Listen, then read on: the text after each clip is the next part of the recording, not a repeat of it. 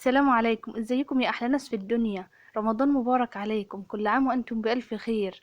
النهارده كده جايبه لكم وصفه جميله قوي وسهله جدا للجلاش. عملنا كميه محترمه من لفه جلاش واحده، وعملنا كذا شكل، فان شاء الله الفيديو يعجبكم.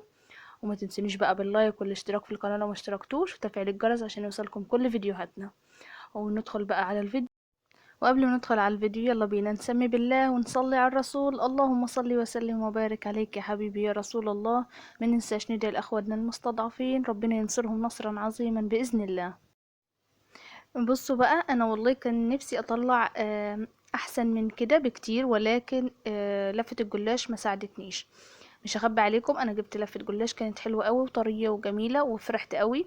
اول ما فتحتها كده لقيتها فيها نقط كده، نقط مش حلوة مش لطيفة، نقط عفانة. فاستبعدتها خالص واستغنيت عنها، وربنا هو اللي يعوض. فجبت بقى واحدة، فكانت ايه في الفريزر، فمتبهدلة شوية فما ساعدتنيش. فانتي تحاولي انك تجيبيها تكون لسه طرية. جبنا كده لفة الجلاش ومسكنا بقى ايه ربعها. زي ما انتوا شفتوا كده الربع بتاعها، مش من النص، لا هو الربع بس. قطعناه، فصلناه كده عن الباقي. وجبنا الربع ده وقسمناه زي ما انتوا شفتوا كده بالطول. وهندهن كل مستطيل. لازم دهنة من الزيت، معانا زيت وسمنة. ما تحطيش زيت بس، عشان الزيت بينشف الجلاش معاكي. لازم يكون فيه زيت وسمنة. هندهن كده طبقات فوق بعض بالشكل ده. لازم تتأكدي انك دهنتيهم كويس اوي. احنا هنعمل كذا شكل، ده اول شكل معانا هنعمله كده زي المثلث او السمبوسة بالشكل ده. يعني يا دوب هنتنيه كده بوربة. انا ماشي معاكم واحدة واحدة علشان تشوفوا معايا. يعني بنمسك الحرف ده بنتنيه على الجنب التاني يبقى معانا مثلث. ده اول شكل معانا. طبعا تقطعي بسكينة، حاولي السكينة بتاعتك تكون حامية شوية. انا جايبها اللي هي مشرشرة، عشان اللي هي بتبقى مشرشرة كده تكون حلوة مع الجلاش. ما تخافيش خالص من انك تقولي لا ده هيتبهدل وبتاع. بجد كان شكله جميل قوي، وحشيناه بحشوات جميلة جدا جدا يعني. هعمله معاكم مرة كمان. طبعا بتكوني عاملة طبقات، يعني مش اقل من 5 او 6 ورقات من الجلاش، عشان تكون معاكي تخينة. ما تخليهاش تبقى رفيعة، الرفيعة تتحروق معاكي بسرعة وهتكون ناشفة. انما خليها على قد ورقة الجلاش. انا مش عارفة هي ورقة الجلاش فيها كام، 8 يا اما 7، مش عارفة. فانتي خليها على قد عدد الجلاش يعني. فاهم قصدي؟ عشان تكون معاكي كده تخينة وحلوة. هنمسك طبعا كده برضو، نمسكها كده ونطبقها ونقطع بالشكل ده.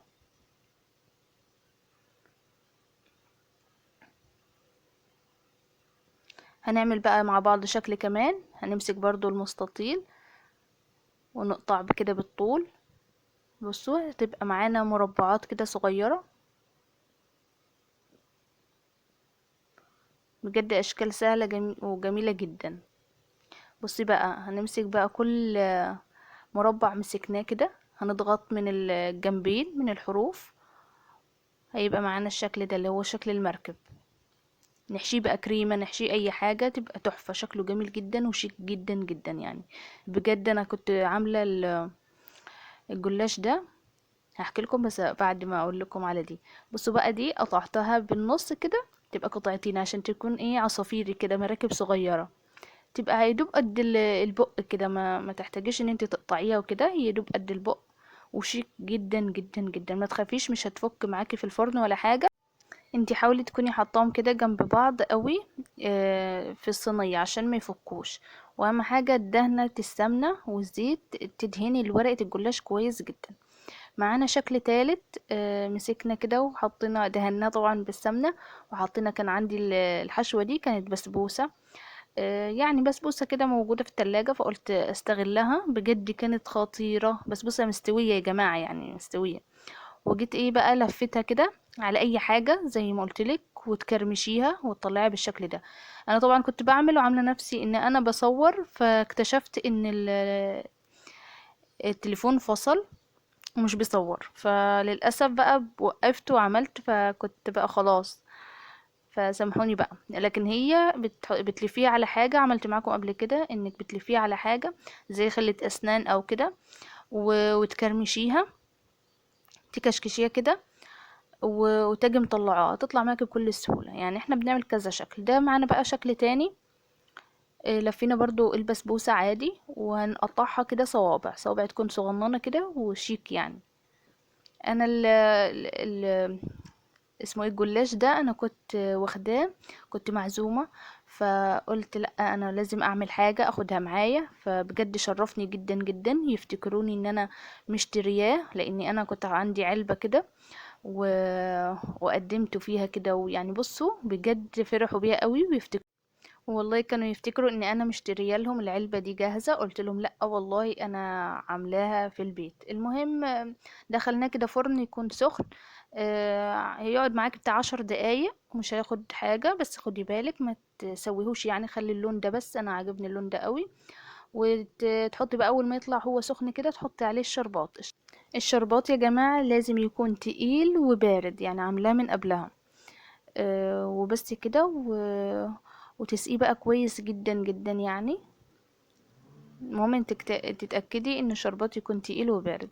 طبعا هنا بقى بعد ما الجلاش كده برد معانا، عملت كريمة. الكريمة دي الكريمة الكدابة، عملناها مع بعض قبل كده. هي عبارة عن حليب ونشا، بتقلبيهم كده على البارد وترفعيهم على النار، وكيس فانيليا، بس مش اكتر من كده. بجد كانت خطيرة، وعطت للجلاش بتاعي شكل تحفة تحفة. ده المثلثات اللي عملناها مع بعض. بصوا هنحشيها ازاي. والله بجد فرحوا بيها جدا، وقالوا لي ان لا انتي اكيد بتكذبي وبتقولي ان انتي عاملاها ومشتريها. قلت لهم والله يا جماعة ابدا، انا انا عاملاها في البيت، مش مشتريها خالص. فكان عندي العلبة اللي انا بحط فيها دي، كنت مشترية فيها من مرة كده من زمان قوي، بسبوسة وحاجات من دي. فانا العلب اللي زي كده بغسلها واخبيها كده واسيبها على جنب لما احتاجها زي كده. لما امشي لحد بقدم فيها الحاجة اللي انا عاملاها، بتديها شكل تاني خالص كأنها مشتريينها. فلازم يا جماعة اهم من الشغل ضبط الشغل. بصوا بقى المراكب اللي عملناها مع بعض هنحشيها برضو بالكريمة. الكريمة كانت تحفة تحفة يا جماعة، مش تقيلة خالص، خفيفة جدا جدا وشيك قوي قوي. انا مش قادرة اوصف لكم جمال الطبق يا جماعة، كان خطير بجد، شرفني يعني. ربنا يحسن ما بين ايديكم يا رب. واللي وصل معايا لحد هنا يا ريت يعمل لي لايك واشتراك للقناة لو ما اشتركتوش، وتفعيل الجرس عشان يوصلكم كل فيديوهاتنا. عايزين نوصل بقى ل1000 مشترك عشان نعمل الحفلة اللي اتفقنا عليها. وهنحشي طبعا الكمية كلها بنفس الطريقة.